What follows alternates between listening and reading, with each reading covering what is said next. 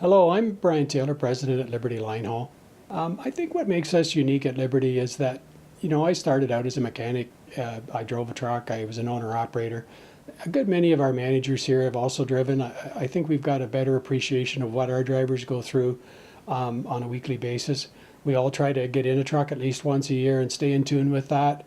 There's lots of challenges, obviously, today in transportation, and I think our understanding of people has and drivers' concerns have really helped us attract some really good people at Liberty.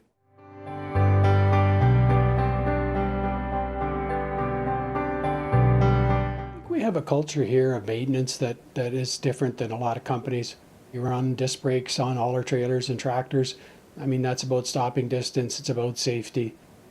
We varnish our trailer floors so that, we're hauling some food grade product. They're easier to clean. We do a lot of things today with technology. I think a lot of fleets are into that, but we look at what's important for safety, but also driver comfort. We're putting fridges in trucks. They have 110 outlets. We do inverters so the guys can power up their personal devices. We're starting to run automated transmissions. It's just so much easier to deal with, especially in traffic. It's a godsend, and most of them I don't think would go back today. We're into ELDs. Obviously, that's a U.S. requirement. Again, I think that's been an adjustment and a learning curve for drivers. But you know what? At the end of the day, they need to be able to make a living in 11 hours a day. They don't need to work 20 hours a day to make a living. We need to get away from that thought process in the industry. And I think, a good many of our drivers are getting older, and after they get into it a little bit, they appreciate it. I mean, it helps us to plan in operations. We know what the drivers have available for hours.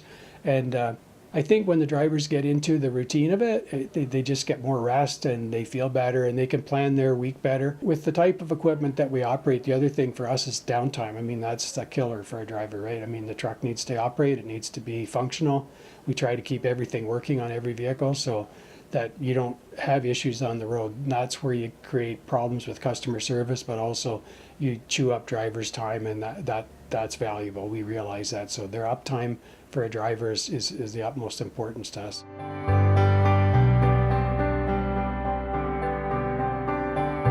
The culture we have here at Liberty is, I think it's our goal needs to be to make people successful. So we have people that have started here as drivers. Some of them have went into operations and ended up in safety. Most of our managers here actually started as drivers. We've transitioned drivers into the shop. We've transitioned drivers to become owner-operators. It's all about letting people grow here, right? That the best people that we get in positions are people that we've grown through the operation and understand the integral parts of the company and how it works. The other part of it is that some people are satisfied where they are. They just want to be a driver, or they just want to be a mechanic. There's a lot of ways that we can help employees to be successful. I mean, everybody pays around that same number in the industry. It's what they do with the money and how they deal with their costs. And the more we can do to help them do that and manage things and help them to be successful at the end of the day and be able to grow within the company. We've got a lot of people that have been here a long time, and we're blessed to do that. I mean, we've got 25, 30-year employees here, and we have a lot of them. That speaks volumes, I think, and that they create the culture. They're the ones that, we started off and we try to nurture it, but it's those long-term employees that spend so much time here that really create and continue that culture.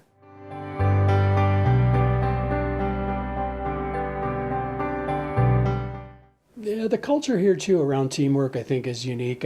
We have drivers that we want them to call customers and interact with our customers. And I know a lot of companies don't want to see that. We really encourage it. Our customers love to hear from drivers. Over the years, we've got a lot of customers through drivers. We've actually affected a lot of customers' costs because of drivers' feedback from their clients. Our drivers are in front of our clients' customers sometimes a lot more than they are. It's a collaborative approach here with dispatch, drivers, salespeople, all dealing with customers at different points and touch points. So it's important to us that drivers are involved in that process. The drivers here too, I think they give us feedback into sales. They get a lot of support here from operations as well. Our dispatch people are listening to them when they're talking about problems backing into a place, or there's an issue with a customer that's not open at certain times, or a safety concern at a customer, either operations will go to safety and Ron will follow up with them and correct issues like that. Obviously we don't have complete control over customers, but we've had issues at customers. We've gone so far as to drop the customer. I mean, the drivers have fed back stuff to us that we can't accept. We're not going to put our people in harm's way. So it's a real team effort here, I think. Uniquely, I know a lot of people talk about team and they have team on their banner, but I think the way we deal with it here is quite unique. Like I say, the drivers are an integral part of our operation for a lot of reasons, but primarily it's the best service that we can give customers if everybody's involved in the process.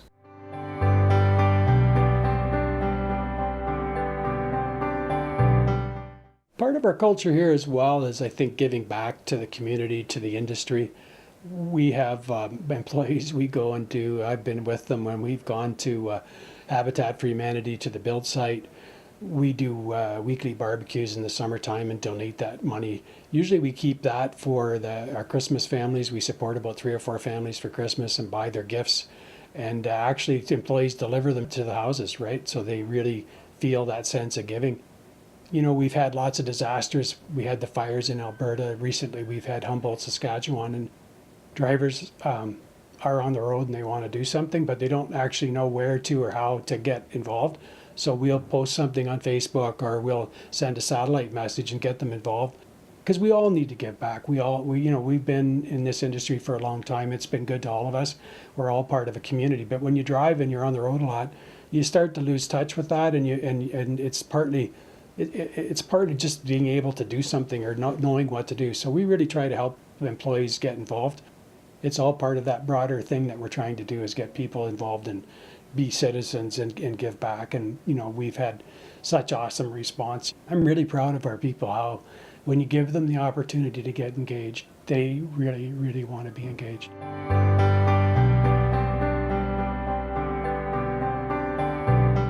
The last few years, we've been pretty fortunate. We've won Best Managed Companies for a few years in a row now, Best Fleets to Drive for. And you know what? It's unfortunate it's best managed, because at the end of the day, it's our culture and our employees that drive those awards. It's not about a manager, it's about everybody in the company. We try to have fun here, we try to enjoy ourselves, and we do, and I think it shows in our results. I mean, there's part of that is financial. The other part of it is employee engagement. It's about, service levels. It's about a lot of different measurements, but, it's driven from the bottom up, not the top down. Culture is something that just doesn't happen overnight. And we've stumbled in years past. Like, it's not always been perfect, but we keep trying to get better and better at it. And I think those awards are just a recognition that we've had some success, and I think we've never lost sight that we need to constantly improve and keep trying to create better things for not only customers but employees. I think that's a lofty goal that we need to never keep our eye off that ball, to keep improving. It's important.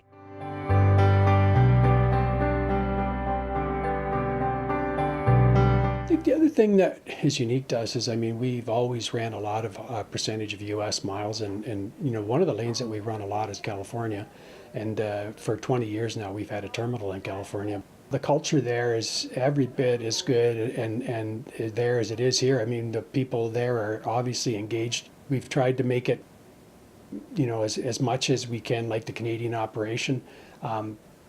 It gives us some unique advantages, though, in dealing with customers. We've been able to do things not only in Canada, but in the U.S., point to point in the U.S. for customers. So it's really helped us. There's a good many of our U.S. drivers and inside staff that speak Spanish. So there's a big contingent of, obviously, people that speak Spanish in the U.S. That's a big advantage. It's a real help for our Canadian drivers if they get to a point where there's issues with language. I go there like 2 to 3 times a year, sometimes 4 times a year. And I don't see a big difference between the two operations. We're on the same software platform. Like I say, our managers here deal with issues in the U.S. operation as well. And Greg, actually, that runs our U.S. operation, originally came from Canada, and was a driver and an owner-operator here at the start. So now he's running, a third of our operations is in the U.S. So it's just it's a real pleasure to go there actually, because the people are excited there to be a part of the whole program.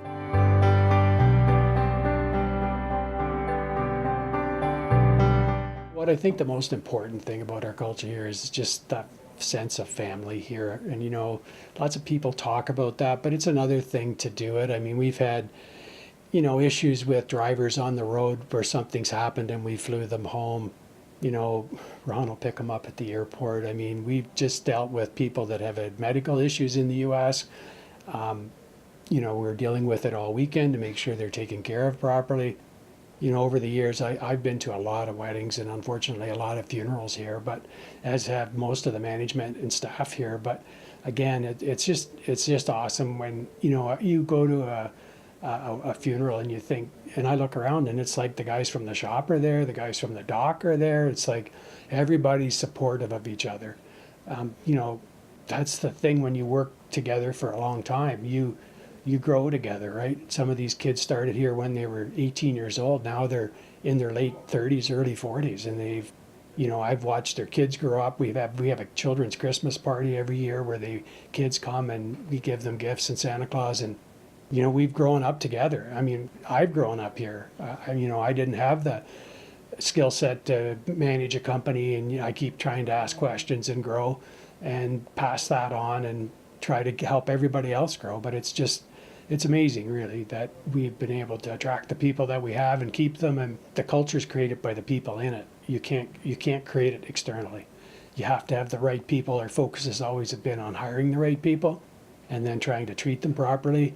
And then their give back to us is just to interact with each other and help each other as much as they can. And that creates customer service. You can't do it without the right people. So we're really I think fortunate to have the type of people that we have here, for sure. And it's to attract those type of people are hard. They're hard to find, but when we do find them, we're able to keep them challenged and like I say, help them grow. Here at Liberty, we're a family. There's no question about that.